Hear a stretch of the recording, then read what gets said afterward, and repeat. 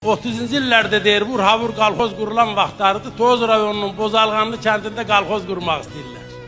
Hası qapıyı açırlar, eşiyə çıxan deyir, mən aşığam. Bu aşığınca sənət adam bundan qalxozçu olarmı? Axırı deyirlər, gedin filan qapıyı döyün, orada Rus yaşayır. Elə hökumət özləri qrup qalxozu da özləri istəsin. Gəlirlər qapıyı döyürlər. Bəli, Rus çıxır eşiyə, salam aleyküm və salam. Adın nə? Deyir, Fedya. Deyir, səni qalxoza yazırıq. Deyir, mən aşığam.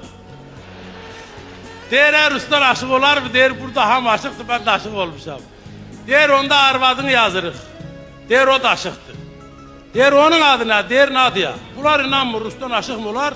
Deyir, inanmırsınız, bu daş, bu tərəzi, bu arşın, bu bez, bu meydan, bu köhlən.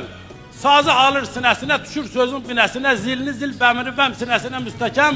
Fedya başlayır xamdan sövməyə, qulaq asanlar dəli olur. Deyir, bu nəhəngəmədi, Rus ilhama gəlir.